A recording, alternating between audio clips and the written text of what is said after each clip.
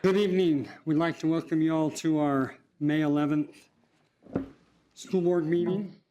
We appreciate your attendance, and we will begin with an invocation by Mr. Perkins and a pledge by Mrs. Anderson, please. Stand. Pledge allegiance to the flag of the United States of America and to the republic for which it stands, one nation under God, indivisible, with liberty and justice for all.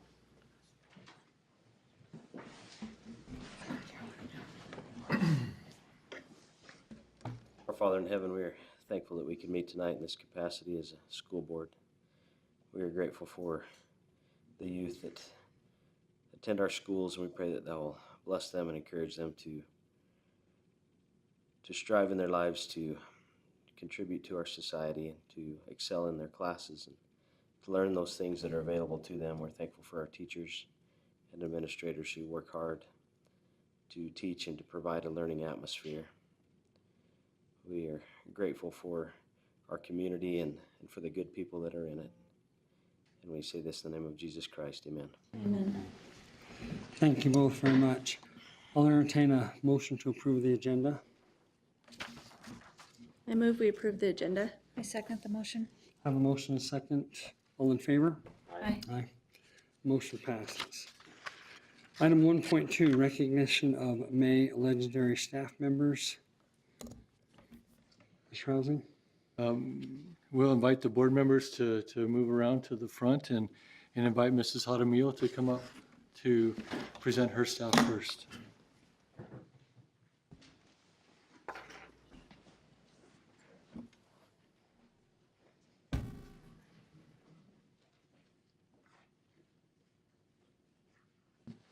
Good evening, Mr. Housley and members of the board. If we had another month of school, I would have had one come 1 month and one come the another month, but nobody wanted to vote for another month of school. So I had to bring both of these ladies because they are amazing. I'm going to start with Jenna Adams. And I always like to ask kids, what do you like about your teacher? So here's what some kids said about Miss Adams. She is nice and fun, and she is hard on us, and she does awesome stuff. So I asked him what he liked, and he liked that she was hard on him. So I think what he probably means is she does push them. And when you go to what her colleagues said about her, energetic, she's a show-off, a go-getter, dedicated, challenges students, and a hoot. And when they said a show-off, she will call you down to her room for everything. She wants to bring her kids and show everything that her kids do, and they do amazing things.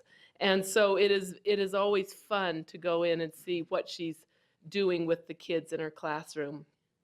Did you know they would call you a show-off? Probably. Yeah. And this is Susie Bray, and both of these gals teach second grade.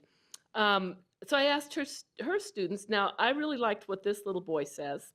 She teaches me stuff that I'm going to need to know for the future. She is nice and she doesn't yell ever. That's a good thing. Mrs. Bray doesn't yell.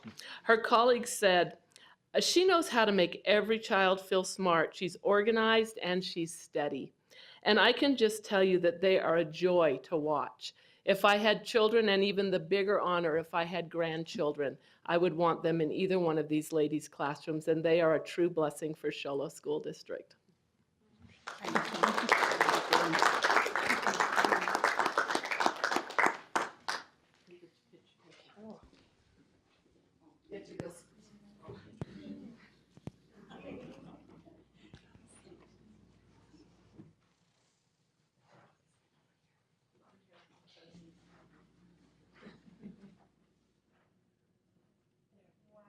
Okay, you let me know. She'll know.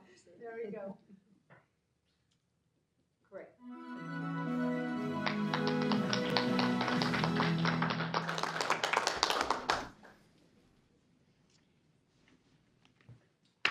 We will now invite Dr. Dorset to come up with her staff.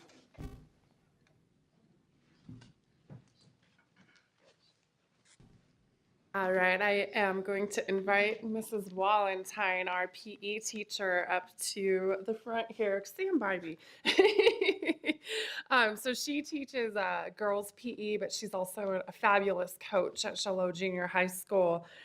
She's an excellent one at that. She's really good at connecting with kids. She's a great instructional designer, very knowledgeable with curriculum, and she's very passionate about what she does, and she exudes that passion with students and staff. She's also a great team builder and a team player, and I see her as a leader at Shiloh Junior High School. So we have the RISE recognition drawings, and when I went to go into the box, every single award was hers. So when I say she's loved by students, she's truly loved by students. So I'm going to read a few of these because they cracked me up. I don't know if you've seen them, but so one student said she's kind and loving and does not leave people behind. She also helps me with my fitness so I can stay healthy. Another says she's super fun and has pushed me to work harder and do my best. She motivates me to be the best I can be. She puts a smile on my face whenever I'm having a bad day, and she makes me laugh whenever she dances. I didn't know you dance. For going easier on me, for encouraging me since I'm never exactly motivated or positive. And if you call me a teenager face one more time, I dare you. You probably know who that is. You are super awesome and my all-time favorite teacher. You are super encouraging, and I really like that we actually get stuff done in your class. And then making everyone feel comfortable in their own skin and just brightening up everybody's day. And that could be said beyond students, it's the whole school. So I really appreciate that she's on board with us this year. She's a great addition to our staff. Thank you, Marianne. All right, let's go shake hands.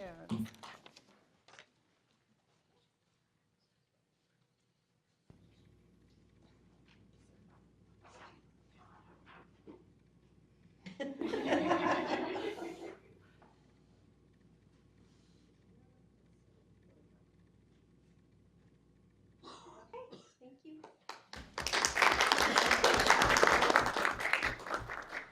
Mrs. Ramsey?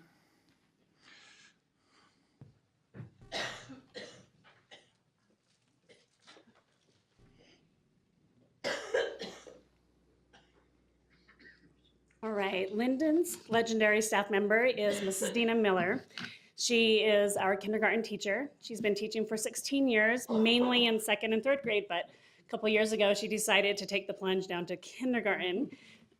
She has so much energy. I love walking into her classroom. There's a lot of learning going on. I helped her with the pre and post tests for math. And at the beginning with those kindergartners, they just gave me these blank stares. And now with the post test, they're ready to answer those questions. She's been doing an amazing job. She does things from science experiments with macaroni and ballet dancing to the, so that the kids can learn their sight words. She just has great ideas. She's on our intervention team, comes to the table with some wonderful ideas for the teachers to help their students learn. And she's our tech buddy, and she's on the cadre. She just goes above and beyond. She's one of those that you can see there early in the morning and late at night. She's truly dedicated, and we love having Mrs. Miller at our school.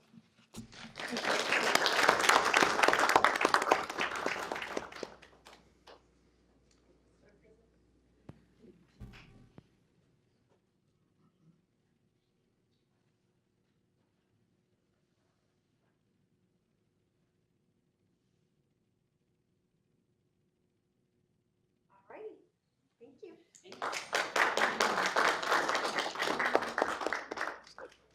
Thank you to all of our legendary staff, and board will invite you to come back up, and we appreciate all that you do for our district and for the children of Show Low and of the Show Low School District. We'll now let them come up, and back to you, John.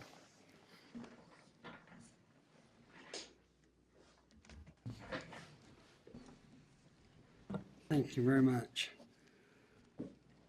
Item 1.3, recognition of junior high courageous Cougars with Character Students of the Month and FBLA winners of recent competition. Mr. Housley. So we'll invite Dr. Dorsett up to celebrate these young people.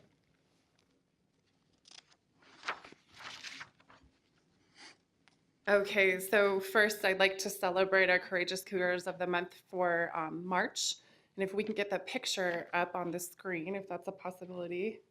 Got it ready to go. Awesome. All right, so we took these kiddos to Pizza Factory in April. And as you can see, Nathan Jones up there is super excited about it. He and Logan Watson in the bottom row, Dylan Hewitt, Harley Miller, Natalie Hall, Gracie Perkins. And then again in the top row there, we got Nathan Jones, Braden Gilmore, Dallas Usley, Stuart Bryan, Madison Plumley, and Michaela Villa. And so a couple kiddos that weren't shown there that also received this award were Analia Ortega and Cole Chasen. And the character trait for that month was understanding. So all these kids exhibited understanding. So I've been on a couple of these, and it was really kind of cool. It was very different. It was quiet. Like, they're good listeners. You can tell they're good listeners. So it was very quiet, which was very different because the other kids are very excited playing games and being pretty noisy and ruckus. But these guys, they obviously exhibit understanding because they were very quiet the entire time. They were listening, so it was good. So I'd also like to invite our FBLA sponsor, Ida Carpenter, up. Come on down. And we have some awesome FBLA kiddos that just returned from a conference. You guys can come on up too, please.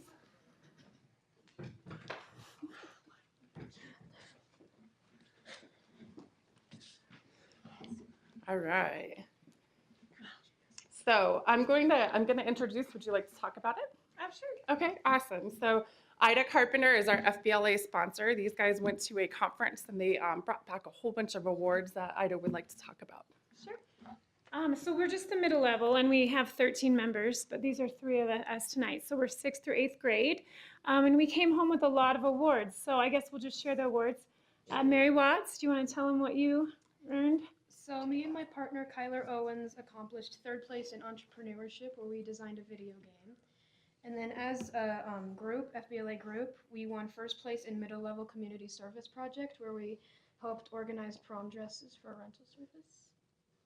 And then we got 2nd place in the middle level local chapter activities report, just a report on what we did basically. Then I got 2nd place in business math. And I got 2nd place in computer slideshow. And as an FBLA team, we got 1st place in American Enterprise Project, which is pretty much when I went into a kids class and I kind of taught them about the difference between a good and a service.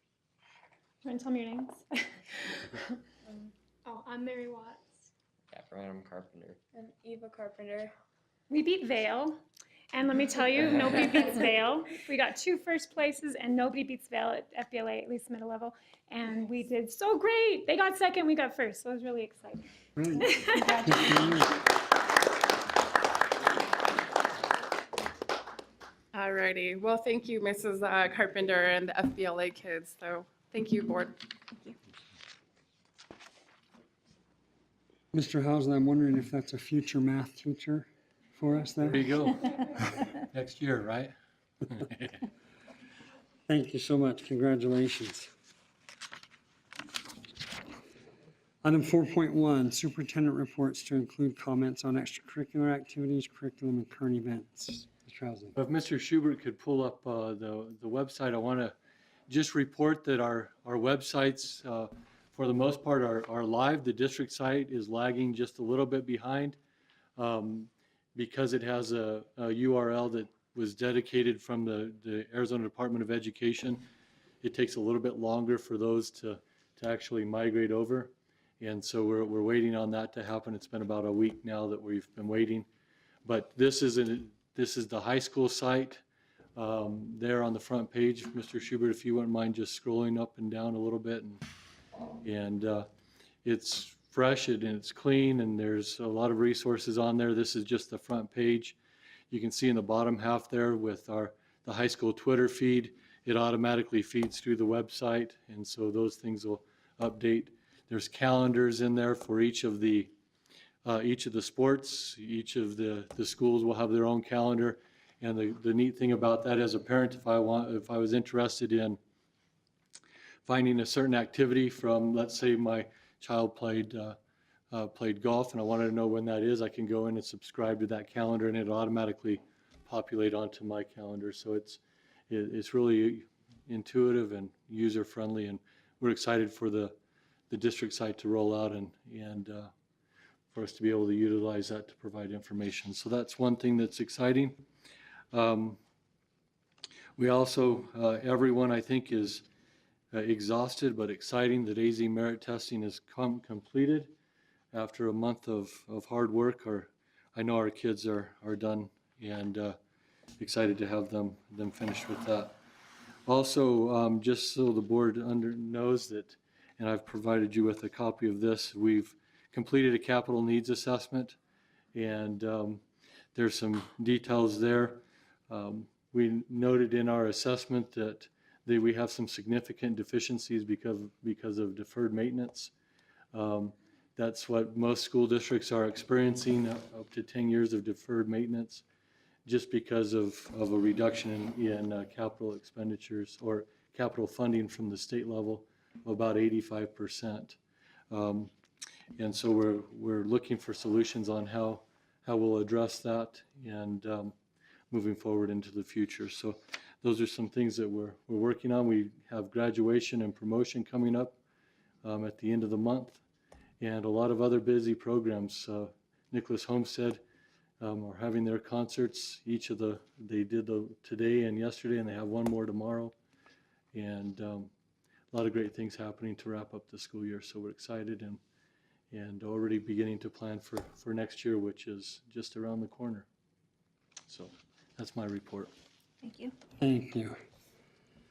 Item 1.5, the board members may vote for a delegate to represent the district at the Arizona School Boards Association Delegate Assembly. I would entertain a nomination for that. I nominate Amy Tregaskis to be our delegate to represent our board at the ASBA Delegate Assembly. I'll second. Have a motion and a second. Any further discussion? All in favor? Aye. Aye. There aren't any opposed, so I said aye. I won't ask. Motion passes. Amy, thank you very much. We appreciate your willingness to Welcome. I think represent it'll us. be good. It will be. It will be. Thank you so much. Item 1.6, call to the audience. We have one. Mrs. Gregerson, please.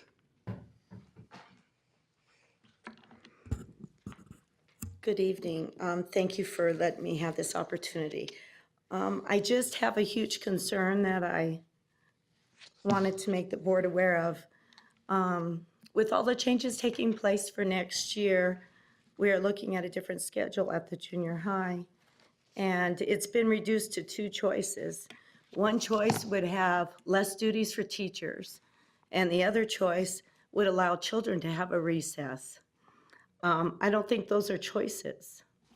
So I have several alternative choices to make, and I just feel like it's a matter of either more weight on the teacher or the kids don't get a recess. And I have a huge concern with that, not only for my grandson, but for all students. And I have a couple articles here for you to read about recess and the importance of it for our children. It talks about an increasing focus, natural light improving wellness. It reduces stress. It develops social skills. It's a healthy chance for children. It's a benefit to have a break. A couple of things that were mentioned is, well, they have to be at school early, 20 minutes when they get off the bus before class starts, so there's a recess there. And they have to stay 10 minutes late before they get on the bus, so there's a recess there. That's no break in between.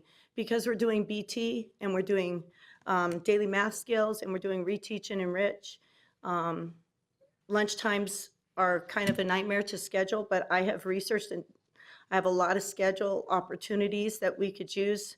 Don't reinvent the wheel. I've researched at a lot of different schools that are doing good things. Most of them only have 2 grade levels instead of 3, so we have to crunch the numbers a little bit. But I don't feel like we should be taking that away from our students, and I have a grave concern with that. And with the option being a fewer duties or what's the best benefit for the students, it's kind of a hard choice for teachers to make. And I just want you to be aware of this concern that I have as a teacher at Show Low Junior High. Thank you. Thank you. Appreciate it.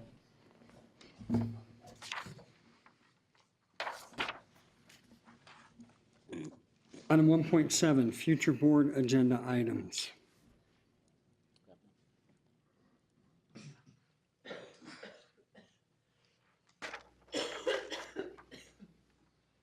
I don't have anything right now. Okay, thank you. Item 2.1, approval of overnight out-of-state travel. Mr. Housley. You would think that summers are not as busy with schools, but with when we look at all of our activities that our youth are participating in, there's several overnight and out-of-state travel requests that include Mr. Adams is requesting approval of the high school cross-country and running club to attend a camp in Carlsbad and Escondido, California, the end of July there, July 27th through the 29th. Mr. Adams and Mr. Nicholas are also recommending the approval of the following athletics teams to travel to their different destinations. You'll notice that the football team has on June 2nd through the 3rd, there's a passing league at the U of A. And then June 9th through the 10th, there's another passing league tournament at NAU. Also, you have the volleyball that will be wanting to attend in July, an ASU summer volleyball camp or tournament, excuse me. And then at the end of July, they're looking at going to the Desert Ridge high school tournament in Phoenix. And you notice that there's a lot of variables that can happen, from families taking vacations to the tournament being canceled or whatever. So this is on their docket, as that's where they want to attend. We also have a trip for boys basketball to attend a tournament in July, July 6th through 8th. Those details haven't been ironed out yet, but that'll be in Phoenix. And then June 16th through the 17th, Casa Grande basketball tournament, and that would be an overnight trip. Also, at the time that this came out, there weren't a lot of details to the girls' basketball proposal there. If I know Mr. Nicholas is here, and if he has any clarifications that he might be able to answer on that, but they're looking at going to a tournament that is in August. So those are our overnight and out-of-state travel, and I would request that you would approve as outlined. I motion for approval of overnight and out-of-state travel is listed. I'll second. I have a motion and a second. Any further discussion? All in favor? Aye. Motion passes. Item 2.2, presentation on recommended start and ending times for district schools for the 2017-18 school year. Mr. Housley. I have there's a little presentation, just a couple of slides I'd like to show the public, if those can come up. So the proposed common start times, throughout the year, I've taken comments from members of the community, also members of staff and different in looking at our start times. Currently, we have Our high school students who are coming very early in the morning for 0 hour. They start school officially in their first hour at 7:40, 7:35. That's when our junior high starts. And then they go through their day. A big concern with that is, for instance, when volleyball is gone on a trip on Tuesday night, they may get back at midnight, and then if they have 0 hour, they're back at school at 6:30 in the morning. So there have been concerns like that that have been brought up that have caused us to, as an administrative team, to review some of our start times and where we end. And so this is the proposed start and end times. You'll notice on that slide there, the state of Arizona has recommended instructional times.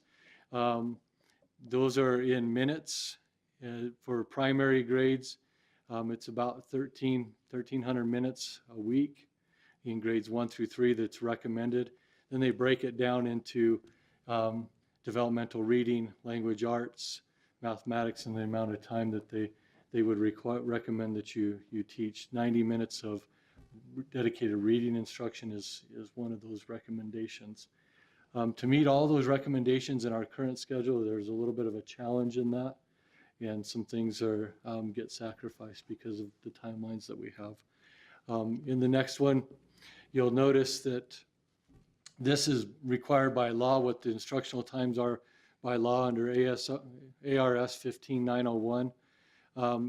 Just a quick fact to point out there, 7th and 8th grade students have the highest number of hours in a year that they have to attend school, and that's 1,000 hours a year. It used to be 1,068 up until 2011, and now it's 1,000 hours, so they dropped it down a little bit. The last category there is AOI, that's online instruction. So if someone is taking online instruction, they still have 1,068 hours that they have to participate in as a 7th and 8th grader. You'll notice those numbers are different as you go through there. So for us, there's just an overview of some of our timelines there, or how we're currently at. At Linden, currently we go about 900, and these are estimates because I didn't take into fact that parent-teacher conferences or early releases and other times in the year that might not affect. These estimates are only the hours, including a full day during the week and our early release Fridays, which are consistent. So you take away a few others there, then it does reduce this. Linden goes to school about 966 hours a year. Required is 712. The recommended is 990. So we're kind of in the middle there on the high end. Our proposal, as you'll see, will move those hours over the course of the year to 123, or 1,023. But again, there are some times, for instance, this year at the last day of school is a full day. That could be a half day that would end up reducing some of these hours. Parent-teacher conferences would reduce these hours. Those weren't in the calculations. Whipple Ranch, 918 hours. Same thing there. Nicholas Homestead. Notice at Sholo High School, or excuse me, at the junior high, we're at 1,021. Then we need 1,000, and we would go to 1,057. So there'll be a little bit more room in the day to do some things that need to be done. And then at Sholo High School, 1,062. It requires 720 hours. That's only counting the instructional time, the time actually in class. That's the recommendation there. And then we go to 1,068 in the proposed. But it'll also allow us to do a couple other things. When you say a couple other things, what are you talking about? That's going to come up in the next slide. Okay. These things, some of the effects of the change. We'll be able to have a 7-period day at the high school. Under our current model, we don't have enough time to have 7 periods unless you have that 0 hour, which is very popular. We'll remove the 0 hour from our schedule and have the 7 periods within the actual school day. Ability to implement reteach and enrichment opportunities during the school day. Right now, a lot of the kids that attend tutoring and other things happen after the school day, or not necessarily at the high school, but before school, sometimes that happens also. at our elementary schools. So it'll help us to do more of that in the middle of the school day. Meet the recommendations for content instruction set by the state. Transportation will have K-12 students together in the morning, but we'll also be able to have K-5 buses and 612 buses separate in the afternoon, so we'll have more efficient busing structures. And then one of the major concerns that we've had is traffic at the high school and junior high. It is heaviest during a 10-minute window in the morning, a 10-minute window in the afternoon. We'll have a lag in start times and finish times to allow us to reduce some of the congestion that might come up or that does come up on a daily basis. So those are some of the effects of the proposed changes. If we'll go to the next slide. Here are the proposed start times for 2017 and 18. At the high school, we would start at 8 o'clock and end at 3:05. Junior high start at 7:45 and end at 2:55. That helps with the lag. Linden would start at 8 and end at 3. Nicholas would start at 8 and end at 2:45.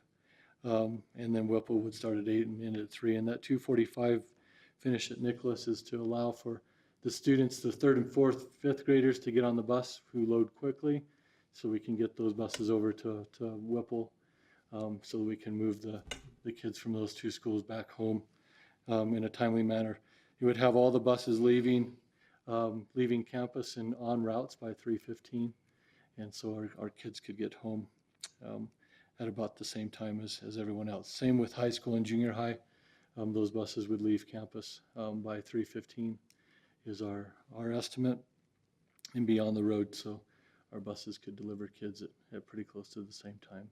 Some of the obstacles that have been presented, as I've mentioned, having the older kids start and having the younger kids still at home causes some difficulties for parents at times who have to, if both parents are working, then trying to deliver the kids at different times at different places, and those lags cause some issues. So we feel like this is, we've been able to address our transportation concerns that have come up in the past. I know this was brought forward to the board in a year or two ago and kind of didn't go anywhere. One of the biggest obstacles was transportation. We spent about 2 months digging through transportation and feel like we have a good solution to that. In this scenario, some might ask about transportation with Linden. Even in this scenario, it allows us to dedicate 2 buses to Linden to be able to run their students home in an efficient manner. So that's our proposal for the 17-18 school year.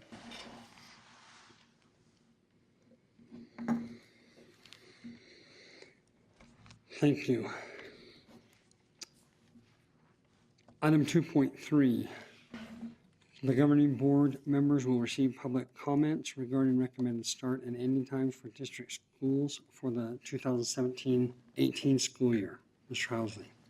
So if members of the public would like to address the board at this time, they can. We'd just like to remind them that to keep their comments to about 3 minutes, but they're welcome to give their comments to the board at this time,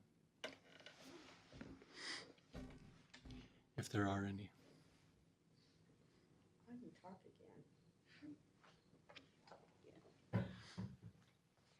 So at our meeting today, our students get to our school at 7:15, and for a half hour, we have to monitor them. And then after school, we have to monitor them an extra 10, 15 minutes before they get on the bus. So I don't know if our start times or end times could change a little bit so that, I mean, those are, again, extra duties for our teachers. So there's another concern that I have.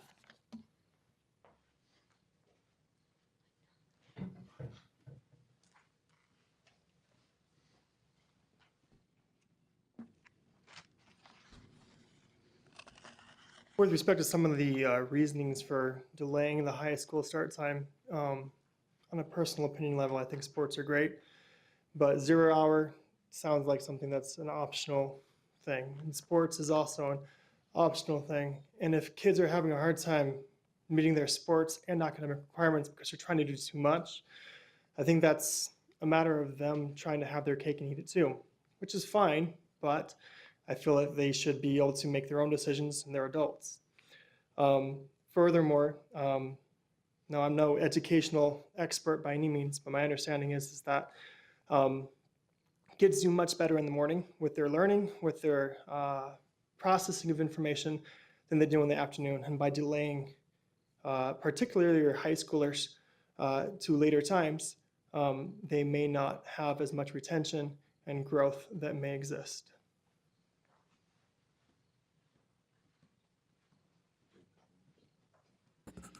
Can you tell us your name, sir?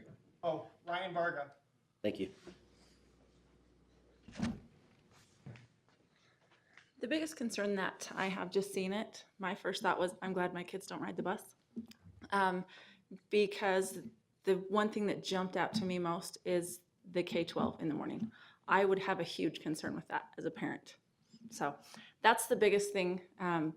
Other than that, I think there's a lot of things right now. I am only working 3/4 time because of that issue, that the older kids start sooner than the younger kids. And that was the parameter of when I came on, that I want to be home to get my younger kids off to school. And so that would alleviate that issue for me personally. And I know there's a lot of other parents that are in that situation, but I would have a really hard time putting my young kids on the bus with the high school kids. Thank you.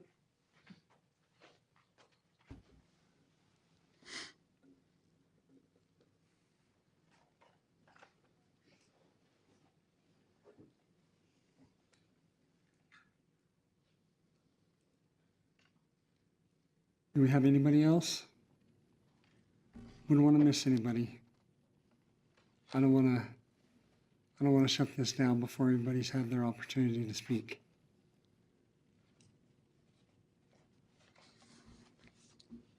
Okay, thank you. Item 2.4, approval of start and ending times for district schools for the 2017-18 school year. Mr. Housley. It's my recommendation that we approve the proposed start times as outlined in the previous presentation for the reasons that were noted, to help to unify the start and ending times within the district. Allows for us to be more efficient in our operations, to be able to provide more within the school day to help those students out. That would be my recommendation. I request that you approve as outlined.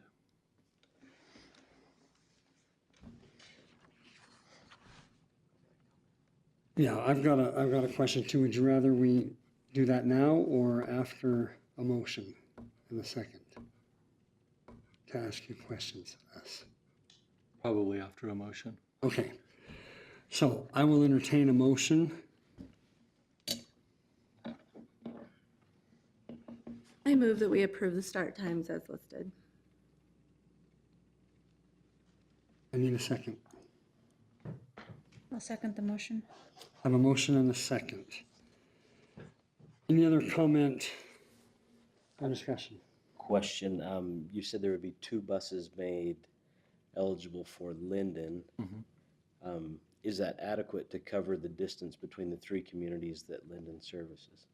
Yeah, To get them home in a timely manner? Yes, with the way that it's set up, that there's buses, for instance, in the morning as they go out, they will go out, and as they come back in, they will drop off and then make their way back in. It also, because of the nature of the way they are, they can drop off, and then they've organized the route so that they can do that. So it's all taken care of. So it'll be, I think currently, is it 3 or 4 buses that services Linden? Yes, and if you see most of our buses, the problem that we have with our current system is most of our buses run at half capacity in a lot of their routes. And so this allows us to run a little bit closer to capacity without running buses that are empty. How much time do they figure will add to the Pinedale Clay Springs? It shouldn't add much more time at all to the way the routes are. Okay. I just wanted a clarification on, so what the current high school start time is and what it's going to, I mean, it's going to 8 o'clock with this proposed schedule, but what is it currently for the high school? 7:40.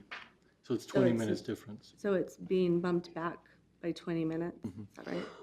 Unless the then the student release was going time to is 0 by- hour, then it would be earlier. Okay, but without release time, because that's optional, it's moving, we're shifting it delayed for the high schoolers 20 minutes 20 minutes. on both ends, right? What's the Friday schedule? It'll still be a 2-hour early release on Fridays. So just take the take the 3 o'clock in, start and come 2 hours back, and it would be the same. And what time can parents drop off in the mornings? What did you say, Stacy? I didn't hear you. I asked what time they can drop off. Oh, yeah. Typically, the schools request that parents don't drop off students until 20 minutes prior to the start of the school day. That's typical throughout school districts, just because there's other things going on. So that while some parents have needs to drop off a little early, the practice would be 20 minutes prior. I'm a little bit worried about the excess lag time. 20 minutes for junior high kids seems like quite a bit to just have dead time at the end. Is there, I mean, I understand the time studies for the traffic in and out. 20 minutes where? The buses don't leave with the high school and junior high students till 3:15. And so, Well, from the time it takes a junior high student to leave at 2:55, get their stuff together and get to the buses, it's not 2 minutes. It's not 5 minutes. So they're probably getting to the bus at about 5 minutes after. They're on the bus. It's okay to sit on the bus for a few minutes to wait to let the others. They may be sitting on the bus for 5 minutes, maybe 10 max if they're a really fast student or they have class right next to the bus unloading. I don't see it as them being on there for 20 minutes or longer. and then, and that being said, is 10 minutes enough time for the high school kids to get their stuff together and get to the bus? It's my opinion that it is. What we currently have. It's currently 10 minutes, all right, Don't they currently have 5 minutes to get from class to class at the high between school? classes. So they can get to the bus in 5 minutes. Somebody timed it at our junior high and they were on the bus and ready to go in 5 minutes. I'm curious, as you talked about this within the district, the employees and everybody, how were the comments? What were the comments from the staff and whatnot? Were they favorable? Most of this was discussed with cadre members. And most of the discussion happened with parents and administrative team and the cadre members and their feedback on that. Looking at the things that we needed to have in our schedule, the details with the traffic surveys, the need to bring things more unified and closer together as far as start and end times, those outweighed our current schedule. You also had input from the Superintendent Advisory Committee made up of parents, didn't Yes. you? Mm-hmm. And what was their recommendation? The recommendation was to go with a common start time. Have we thought, another concern I have we thought about the longest time a child will be on that bus, particularly in the afternoon, but in the morning too? Yeah, those are all considerations in the transportation, and as we work through it, we spent a good long 2 months on the consideration for that. The longest, obviously, even just driving out to Clay Springs, it's over a half hour in a bus. So even if you make a couple stops, you're pushing 45 minutes, and that's about where we are at the top end. Does that mean it can't be a little bit longer? It could be. We don't want them to be an hour on the bus, but We're not pushing it beyond what we're currently experiencing though, we're trying to right? keep it as close to what we're currently experiencing as we can. To one of the points of having a mixed bus, typically that's pretty common practice. The bus drivers, we reviewed this with the bus drivers. They did express a few concerns, but they figured they know that with a few management things in place, they can do that. And typically AM bus routes are less heavy than an afternoon bus route. And in the afternoon, they will be bused separately. K5 will be bused and 612 will be bused separately. So that was in a consideration also. Thank you. I was going to ask about that also. Any other questions? Discussion? I have a motion and a second. All in favor? Aye. Aye. Opposed? Motion passes.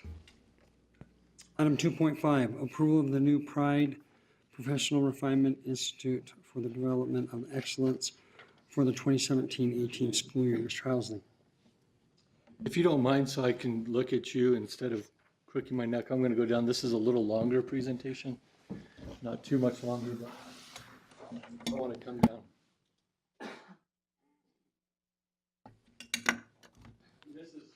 Mrs. Clark was going to be here to present this evening, but her and Mr. Officer Clark are attending a thing for the officers for Officer Reed in Washington, D.C. So they weren't able to be with us this evening. So I will present this. Our Pride Academy is a professional development and academy. We've talked about this in small portions throughout the year of developing this professional learning academy, learning institute for our teachers and staff. And so this will talk a little bit about that, and then also our new teacher induction program that will begin in 2017 and 18. So our Pride Academy, Professional Refinement Institute for Development of Excellence. That's what the acronym is. It's a mouthful, but we're excited for our Pride Academy. The mission of our Pride Academy would be to provide or to offer meaningful learning experiences that empower staff in the continual process of refining skills and supporting growth, a growth mindset from the time of recruitment to retirement. One thing that districts fall down in, and we're no exception to this rule, is that providing meaningful training for our teachers is sometimes difficult and an arduous task. Current models would have us find a good professional development that happens in Phoenix, send that teacher or maybe a small group of teachers to that training.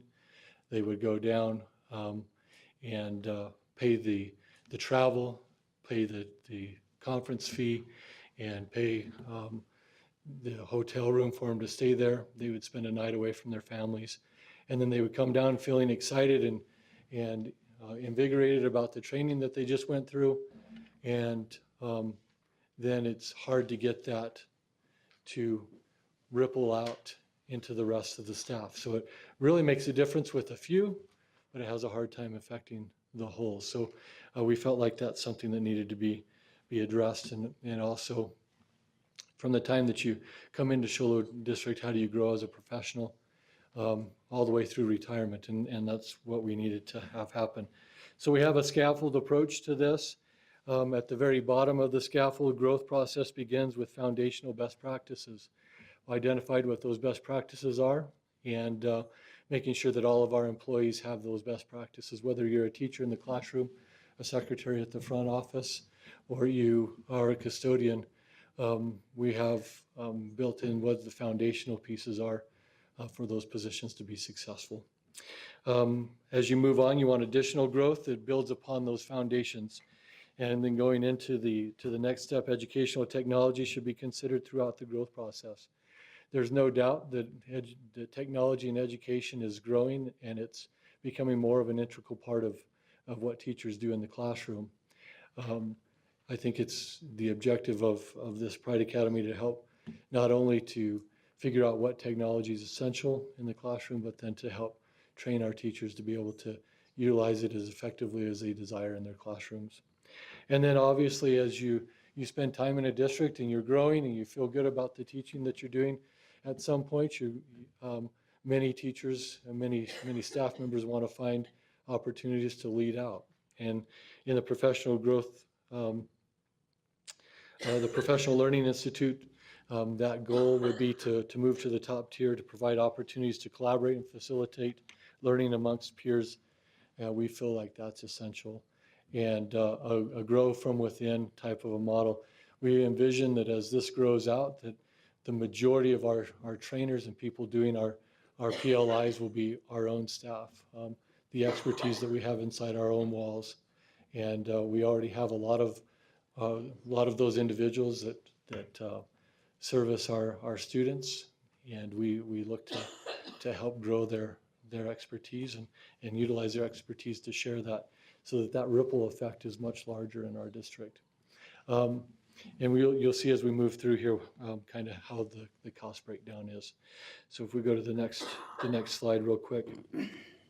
Some of our guiding principles to foster a vision, to build leadership skills, understand and implement best practices, whether that's in the classroom, as I said, or it's on the in our maintenance department or in our custodial department. There's best practices for each of those skill sets, and we want to help people understand and be able to implement those. Ability to utilize instructional technology, understand curricular frameworks, ability to create engaging student-centered learning environment and collaborate with in all interactions. Okay, collaboration. This is kind of a big slide here. There's a lot in there. Just wanted to point out some of our systematic approach to implementation. We want to begin, we've begun in this year in the development of the 301 plan. You notice as that was approved that there's a professional development component that's required in there, and that will be honored through the Professional Learning Institute or the Pride Academy. 28%, a total of 28% of the pay performance component is there. There's some requirements for students to, or for teachers and others to have some seat hours, 6 hours of seat time. Most of that will be taken care of at the front end of the school year as we begin to do our new teacher induction and also as new staff, as our current staff return. There will also be some other alternatives for them to meet those hours. They also can earn CEU credits, continuing education, which allows them to recertify as they move through.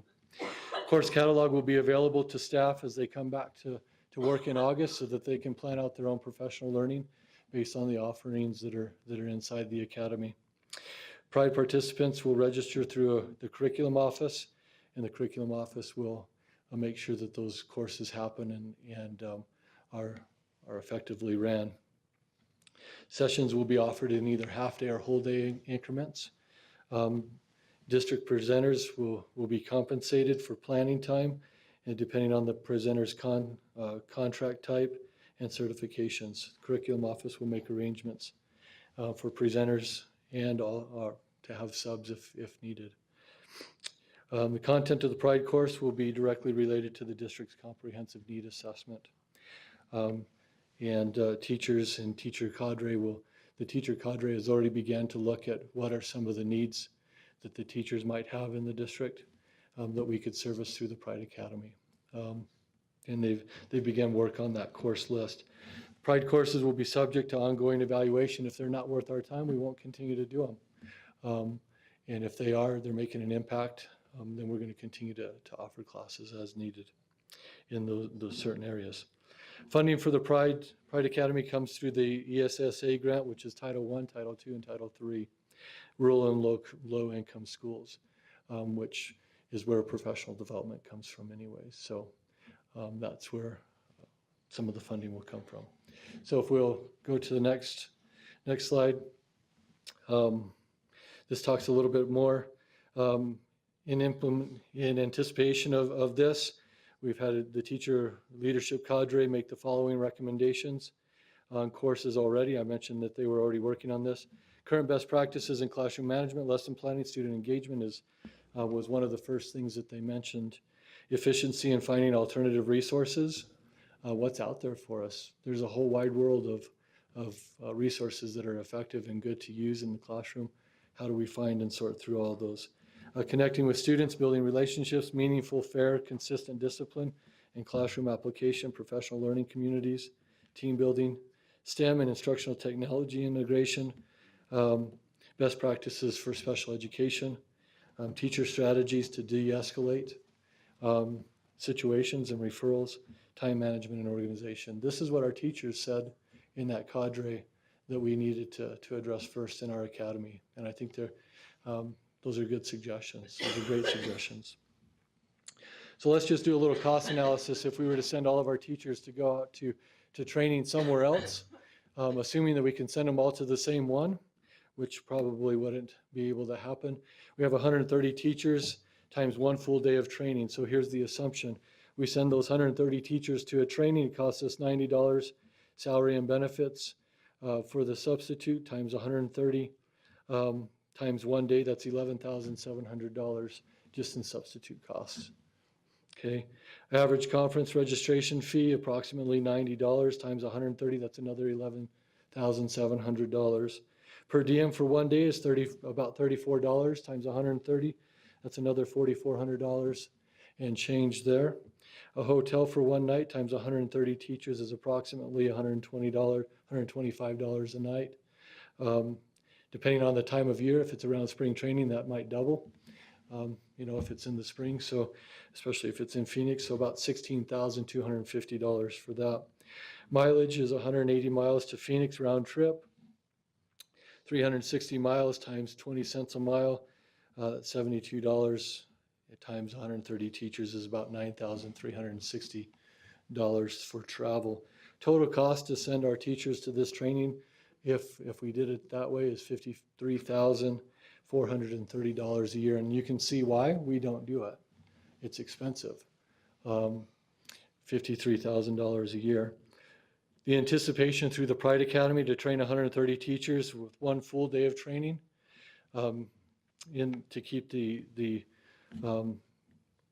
apples to apples here. $90 salaries and benefits for the substitutes times 2 courses, 1 per teacher per semester is $23,000. 6 trainers in district with a $30 prep $30 prep time times 2 courses, which is $360. Total cost to the district would be $23,000 and a little bit more, $23,760 a year approximately. We feel like we can make a significant impact in offering training to our teachers through a Pride Academy where they get to stay home with their families every night. They get to do the things that are most important to our needs to grow our teachers in our district. It's targeted to their needs based on the needs assessment that they shared with us, and we get value added. So, and our teachers get to hit that top tier in our professional learning, and our tier there, which was to provide leadership opportunities, chances for them to lead out and to train some of their colleagues. Can I ask you a question during this? Or I'm thinking of our teachers. We have so many people who are so talented that could do this, could participate in this, and as even leadership. And I'm wondering, are you thinking in the long term of this helping for us to retain our teachers? Absolutely. I feel pretty strongly that one thing that helps teachers, obviously, the big debate right now in the state legislature on the state level is the teacher salaries. That's going to continue to be a debate until something's done for that, right? So that's always something that keeps teachers in the teaching profession, and I feel strongly that that's essential. The other thing is, do I have the resources as a teacher to be able to do the job that I need to do inside my classroom? That's a challenge also with reduction in capital funding, right? So the other thing that I feel like is important to being able to stay in a position long-term and to be able to grow, and that's just it, right? To be able to grow. If I can be a teacher and I understand the challenges with the resources, I understand the challenges that we're facing with teacher salary, but if I can feel like I'm growing as a teacher and I'm developing my skills and honing those in, and then I can share that skill with someone else, I think that helps me feel a little bit more satisfied than I would if that component was gone, as far as my job's concerned. So we feel like that's a pretty strong component. I also see this growing a little bit, just to share a vision of where we thought. It lends itself to a summer institute, a summer academy, where when teachers might be able to take advantage in a summer institute that might be a little more in-depth or engaged in something very specific that they might need, where they can go and attend that. Teachers have the opportunity then to present at that as a presenter, right? They also have opportunities then to lead that. If this develops into something that's very beneficial for our teachers down the road, and it could be 5, could be several years down the road, but if Show Low is seen as the professional development hub of the White Mountains, where would other districts send their people to? Hopefully it would be us, and then our teachers could then share their expertise with others around the mountain too. Because quite frankly, everyone has the same challenge that we do with sending people off the mountain for training. And for other districts, Red Mesa would rather stop here than they would go all the way to Phoenix, Round Valley, Joe City. All those people would rather do the same thing. So there's a lot of growth chances for teachers to be a part of as we go through. How are you going to measure success with this? How are you going to measure that this was a really good program that you've instituted?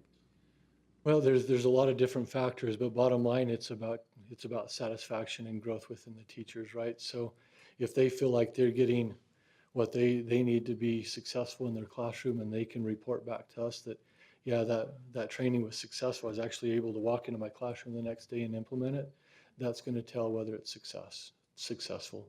So is there follow-up with part of this?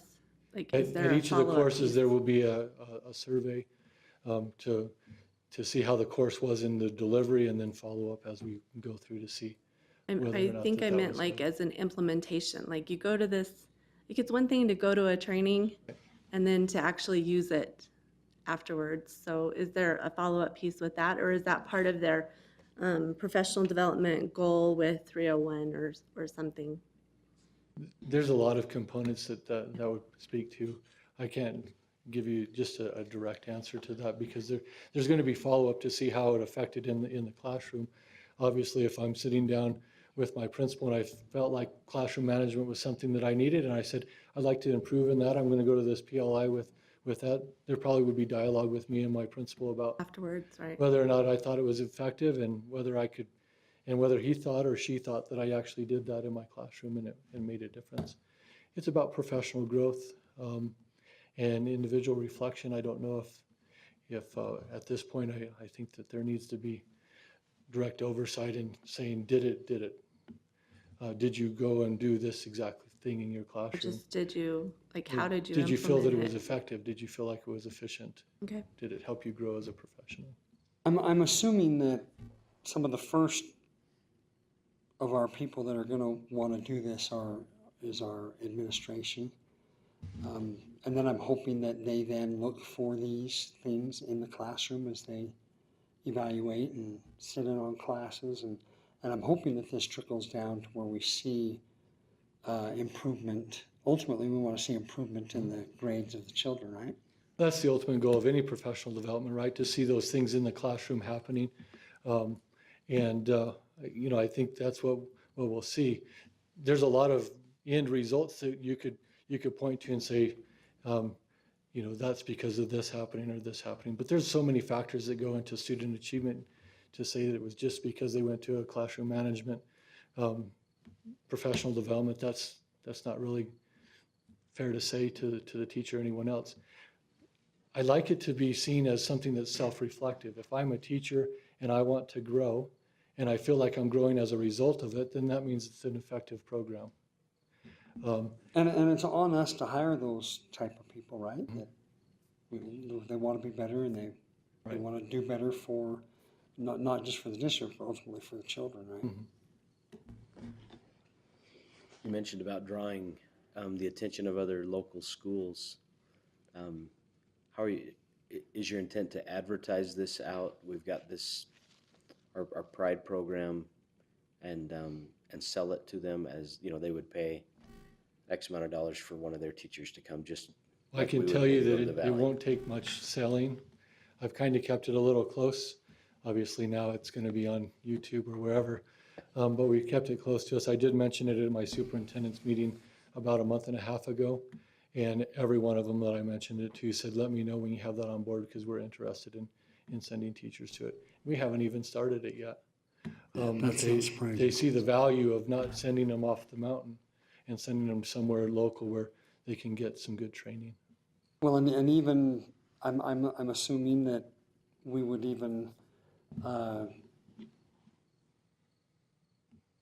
take the thoughts and recommendations of other superintendents and what they're, what challenges they're encountering and incorporate that too. When you're developing course catalogs, it's important to do a needs assessment, right? And that's what the cadre's already done, is a little bit of a needs assessment based on what we might need. And we would ask participants to do similar needs assessment.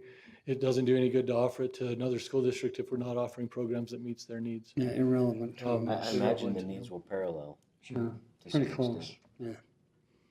I would assume so.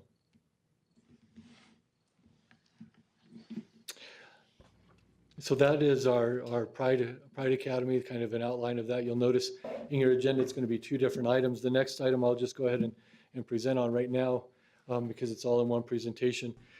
We felt very strongly that one missing piece to building culture within our new staff and to maintaining those teachers through the years. Mrs. Tregaskis, you mentioned that a lot of teachers leave within the first 3 years of teaching. That was the same statistic when I came into education about 20 years ago. The statistic was that most of the kids in my graduating class would not be teaching after 3 years because of a lot of factors that have already been mentioned tonight. One of those main factors was the integration into a school system and understanding the ins and outs of it, having good mentorship and being able to be successful in those first 3 years. Just a little side note, my sister started teaching in Las Vegas, and for the first 2.5 years, I got a phone call every single night when she was crying or she was distraught about things going on in her classroom. She just didn't understand, didn't feel supported in. And so our intent with the new teacher induction program is to address some of those needs with our newest teachers, whether they've been, and I mean new to the district because they could be first year out of college teachers or they could be very seasoned teachers, but they would all go through the new teacher induction program. You'll see our purpose there is to provide teachers new to the district the assistance necessary to begin or continue a successful teaching career. And I think that's key in my mind is we want teaching to be a career and to be able to spend their time here in Shola with us. Have you thought how you'll choose the mentors? Yes, I think some of that is in this presentation. If I don't address that, please ask as we move through. Great. New teacher induction program participation. There's kind of a flow chart. This is how we envision it in our minds. Year 1, the new teacher induction participant. They'll be there, they'll be participating, they'll have a mentor. Their mentor would actually be considered in that year 2. That's kind of where that mentor is. So if I'm a new teacher, I'm in year 1, I'm the inductee. I'll be in the program, learning everything I need to know about Shola School District, learning the ins and outs with my mentor along the way. Year 2, I become a mentor. Those closest to the program, we spent some time with our new teachers this year to the district, and they had some valuable insight on what was missing from their first year that they would have liked to have seen. So for that second year, for them to serve as a mentor to new teachers, I think they're really close to it, and it plays out well. In that third year, that first year mentor will then be kind of a mentor consultant, a very seasoned member of the staff who was already a mentor at one point, now serves as a liaison and an intercession with the district, so that if the new mentor has any questions, they have someone to turn to also that's a teacher that they can feel confident with. The new teacher induction program will provide a system of induction for new faculty members in order to effectively assimilate new teachers into the culture and community of the school district. Provide new teachers with professional support and guidance. Provide information for new teachers on available resources and necessary district policies. One of the big challenges that the new teachers faced, I'm sick today, I want a substitute, how do I get it? And they didn't know how to do that. And it was a challenge for them. So some of them found themselves going to work even when they were maybe a little under the weather and should have stayed home because they didn't know how to get that substitute. That's going to be something that a mentor could have helped them through. Provide opportunities for personal and professional growth through collaborations with new teachers and other teacher mentors. Provide and facilitate an effective educational environment by encouraging development and promotion of professional learning within the school district. Okay. There's some roles for the new teacher and the teacher mentor, and those roles are right there. I'll save you the chance of reading them, but in general, the role of the new teacher is to learn and actively pursue professional development growth as an educator, to learn the things, the ins and outs of Show Low School District, and the mentor is to guide them through that. Okay. In considerations for selection of mentor teachers, has the teacher should have, that's being considered as a mentor, should have received the highest rating on evaluations from the previous 2 evaluation cycles. Administrative director has some discretion on who they should select. That's usually the building principal. Willingness to serve 1 year in an official capacity and 1 additional subsequent year as a consultant in our process through year 3. Completion of the application selection process, and will be compensated through the 301 plan. Goal 2C for a total of 10% of the pay for performance component under the non-compensated responsibilities. So that's where they'll be compensated as a teacher mentor. They'll meet that piece. Right now, the principals are kind of thinking, one thing that we want to make sure in our teacher induction program and looking at mentors, if at all possible, the mentors should be at the same site. Our little thought in our meeting the other day was culture over content. If we can help them to understand the culture of the school, the culture of the environment, the ins and outs of the student information system, to whatever, what do you do on a fire drill, to what do you do on an assembly day or an early release, that's cultural. It's not content. So it's not necessarily that a math teacher is with a math teacher. While we would like that pairing, but it's more important that maybe a high school teacher is with a high school teacher and so on. And so those are our 2 programs. Any other questions? Thank you. Thank you.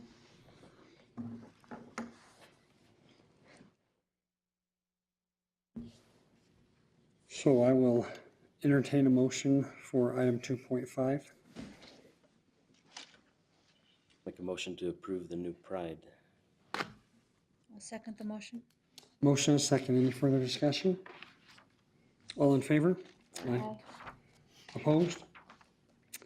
Motion passes. Item 2.6, approval of the new teacher induction program for the 17-18 school year. Mr. Housley's already explained that, so I'll entertain a motion. I move we approve the new teacher induction program. I second the motion. Motion and second. Any further discussion? I just wanted to say I love it, and it never crossed my mind that you might pair a teacher from the high school with like Whipple Ranch. It has to be by building, and I think that a lot of thought has been put into it. It just looks fantastic. If I was a new teacher, I think I would come and feel supported under a system like this. I appreciate that. I hope it'll help with retention. Thank you.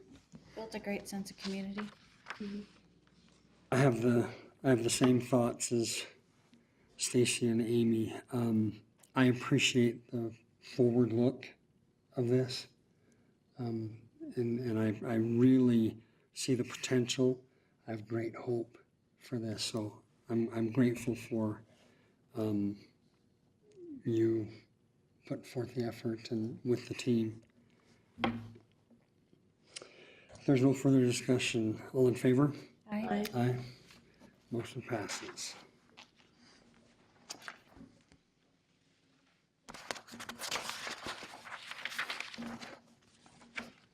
Three point one, approval of resignations. Mr. Housley. As the last board meeting, there's always this time of year some resignations, and people moving on to different districts or other career options. And tonight's no exception to that.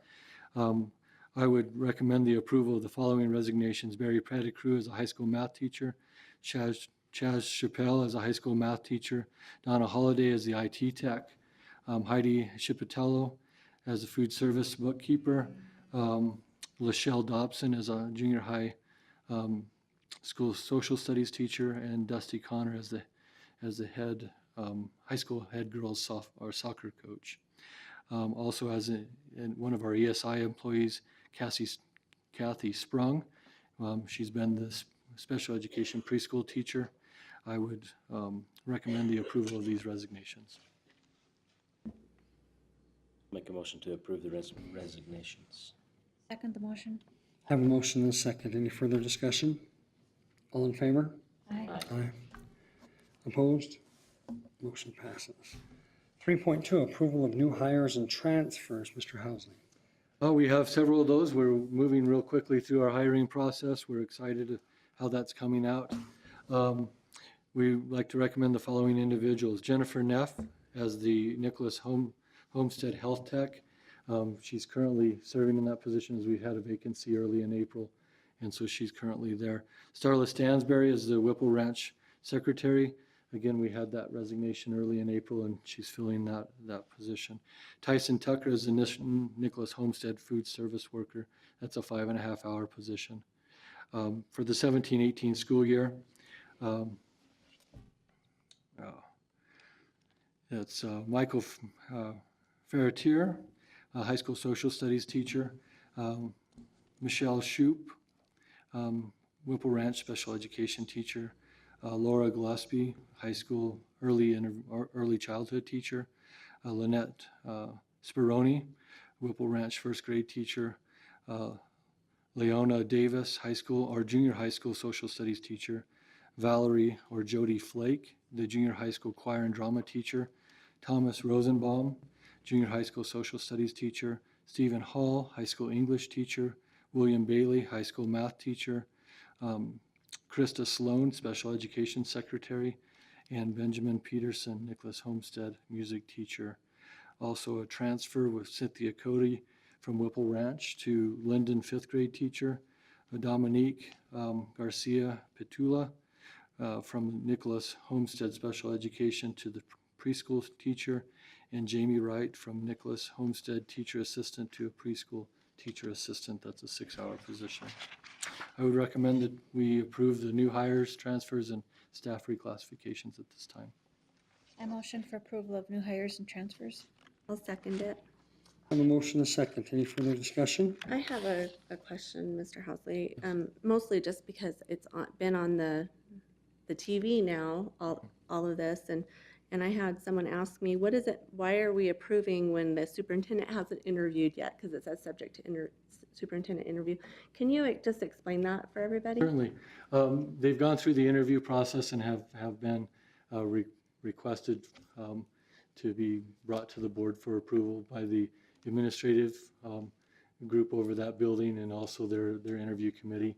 The superintendent's interview is basically we go over, it's not a required component, it's a nice component in our interview process because I sit down with every staff member and we talk about 4 particular things that are important for all of our staff members to know, and that's professionalism. We talk about the use of drugs and alcohol and tobacco on school campuses. We talk about workplace environment, and we talk about duty to report.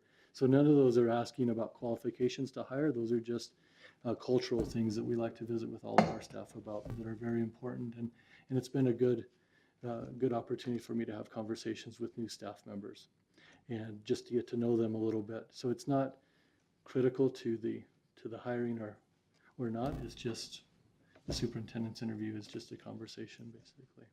Well, thank you. Yep. Anything else? All in favor? Aye. Opposed? Motion passes.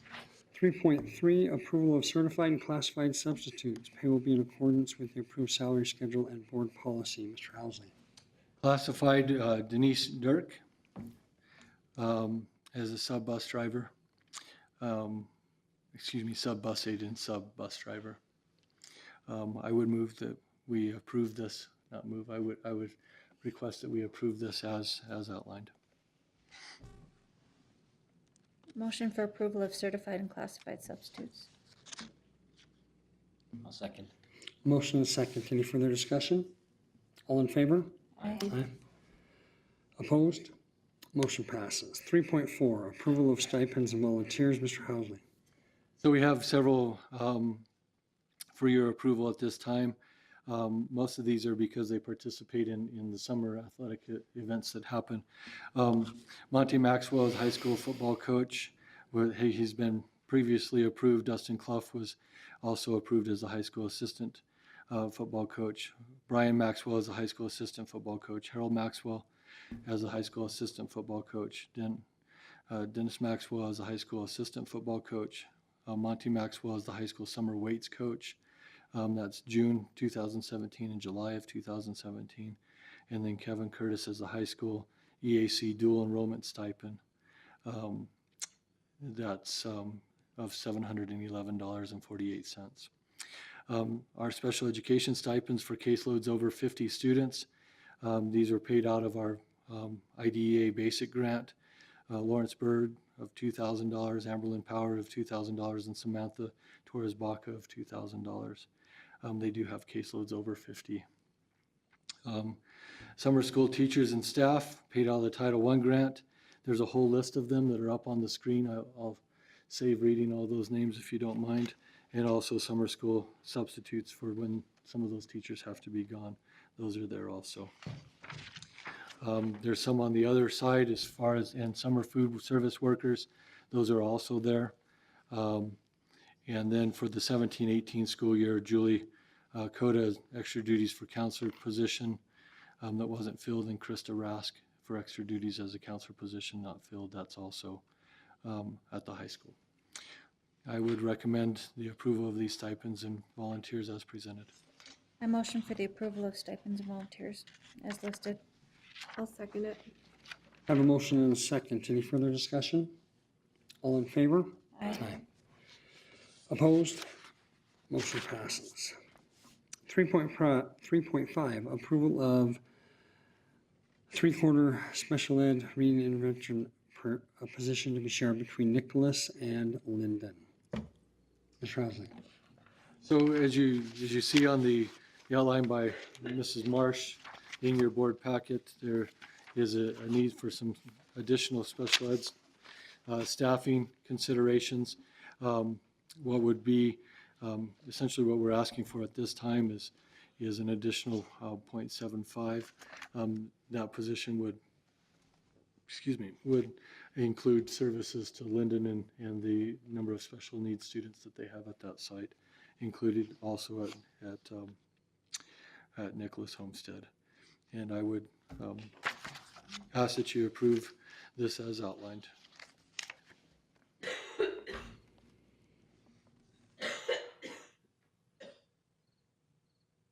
I move that we approve this as outlined.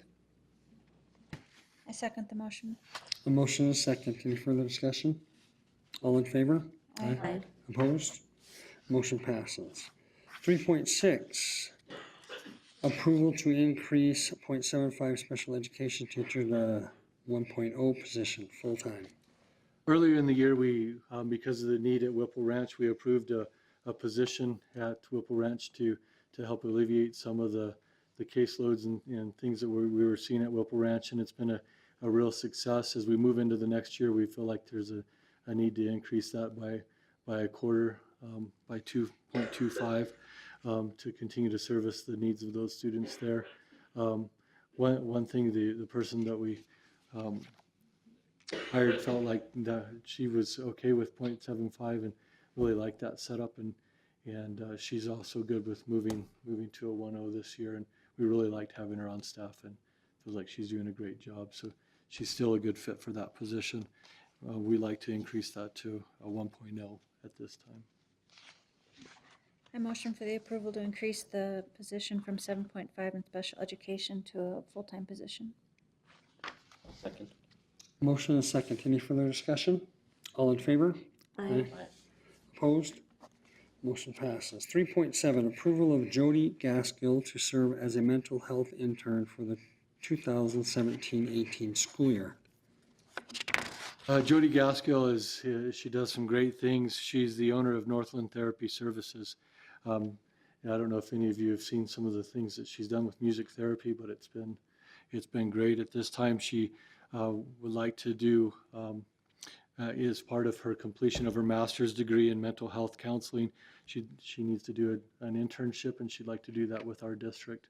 And we're excited for that to happen. So we would like to recommend that we approve her internship with the district for the upcoming school year. Make a motion to approve Jody Gaskell for an intern. I second the motion. I have a motion and a second. Any further discussion? If I would, I had opportunity to go to the concert program last week, and I was extremely impressed. I've known her for quite some time. I did not know that she did this type of work, and it was emotionally moving for me to have witnessed that, and I thought it was great. And so I'm very excited for her to be increasing her education, and we be the beneficiary to have her intern. So I'm really excited for her and excited for this opportunity for us. Thank you. Any further discussion? I was at that also, John, and it was impressive. It was great things going on in our district, and she implemented this music therapy as you have in here, and it was amazing. It was amazing, and we've got great youth, and we've got great people helping out, so thank you. And I'm excited to have her as an intern as well. If there's nothing else, all in favor? Aye. Aye. Opposed? Motion passes.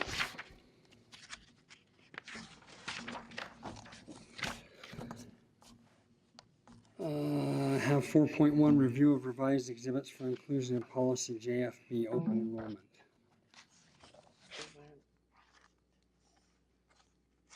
So it's all of these policy advisories here that we're actually looking at under 4.1. This is the first reading of these policies.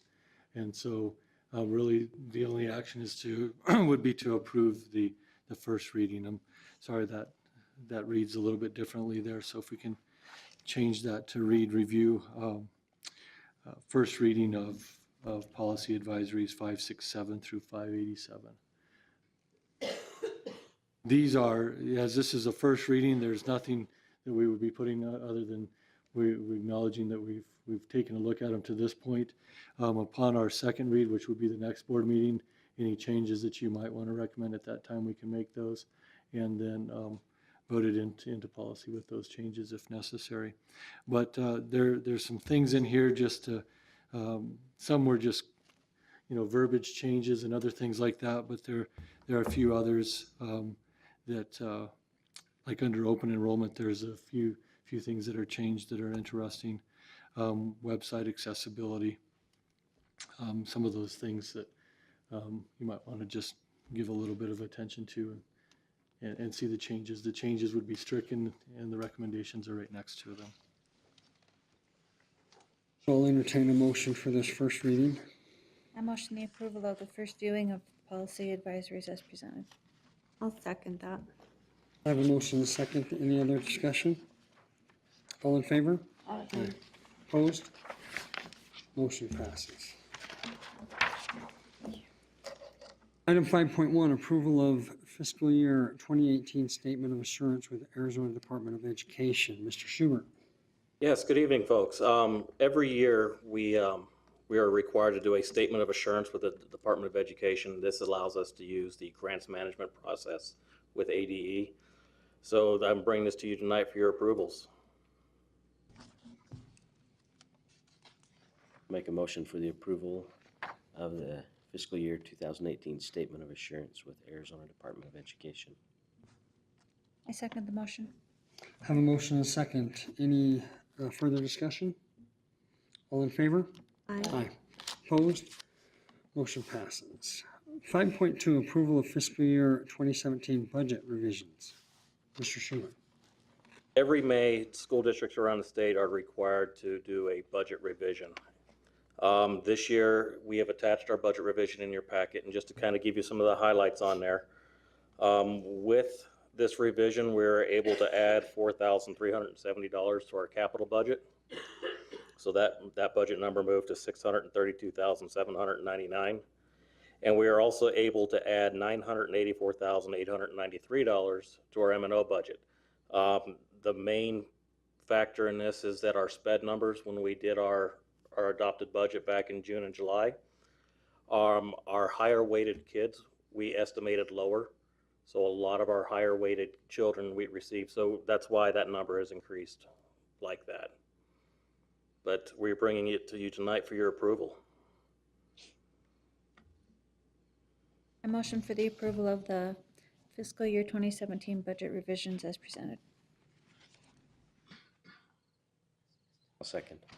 Motion and a second. Any further discussion or questions? All in favor? Aye. Opposed? Motion passes. Consent agenda, Mr. Schubert.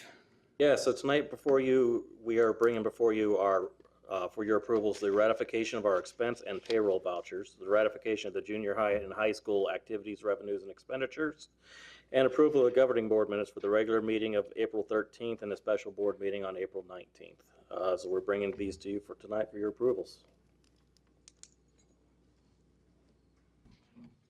A motion for the approval of the consent agenda as presented. I'll second it. A motion and a second. Any further discussion? All in favor? Aye. Aye. Opposed? Motion passes. I'll now entertain a motion for adjournment. Make a motion to adjourn. I second the motion. Motion and a second. All in favor? Aye. Aye. Thank you. Thank you, folks. Appreciate your participation.